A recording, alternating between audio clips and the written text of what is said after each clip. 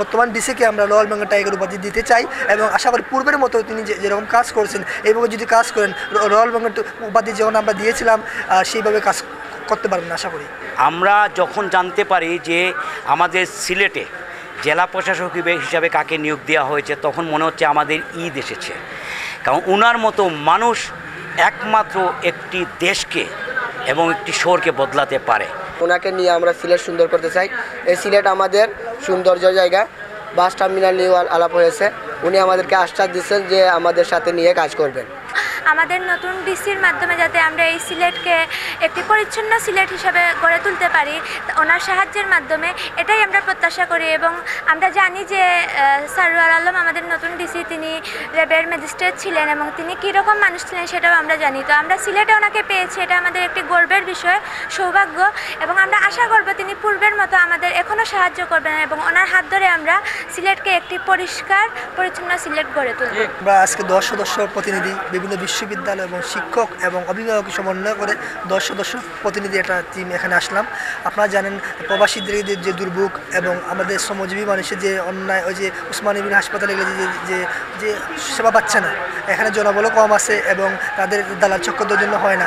আমরা প্রথমত আপনার উসমানী হাসপাতাল, সিলেট সিটি কর্পোরেশন এবং বিভাগীয় কমিশনার অফিসে এবং জেলা প্রশাসন শিক্ষক অফিসে, শিক্ষা অধিদপ্তর যে আলমপুর যেটা আছে ওইখানে ডেভিলরা বসে আছে, বিভিন্ন দুর্নীতি হচ্ছে, এগুলো নিয়ে আমরা কথা বলছি।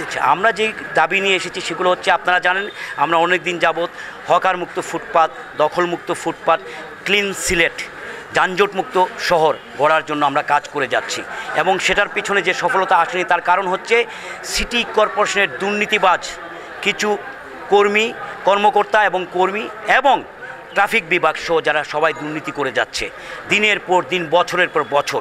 এবং এই সিটি কর্পোরেশনে এখনও অনেক ডেভিলরা কর্মরত আছে, যেটা হচ্ছে আমরাও জানি, আপনারাও জানেন। এবং এইগুলা সুরাহা না হওয়া পর্যন্ত আমরা রাজপথে থাকব আমাদের সংগঠন নিয়ে এবং আমরা আন্দোলন চালিয়ে যাব এবং কর্মসূচির উপরে কর্মসূচি যাব। সিলেটকে বিভিন্ন জায়গায় আপনি যে জায়গায় দেখা যায় 2-4টা সিএনজি এখানে স্টেশন হয়ে যায়, রাস্তা দখলমুক্ত এবং ফুটপাত দখলমুক্ত, উনার প্রচেষ্টায় আমরা চাই এবং সিলেটকে বনায়ন করতে চাই। উনি হচ্ছেন বাংলাদেশের দুর্নীতিবাদদের জন্য রয়্যাল বেঙ্গল টাইগার এবং উনার মাধ্যমে এটা সম্ভব। আমি এটা মনে প্রাণে বিশ্বাস করি, আমার সংগঠন, আমার সিলেটবাসী, যে উনার মাধ্যমে আমরা এই সফলতা বয়ে নিয়ে আসব।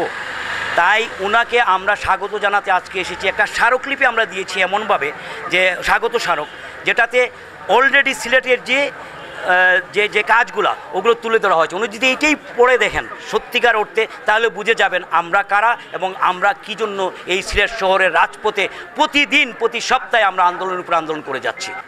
আমরা আশা করি সাদা পাথরের প্রাকৃতিক সম্পদ সংরক্ষণে, দুর্নীতি দমনে, জনকল্যাণমূলক কাজে, যানজট দখলমুক্ত সিলেট গঠনে আপনি সামনের থেকে দিক নির্দেশনা দিবেন।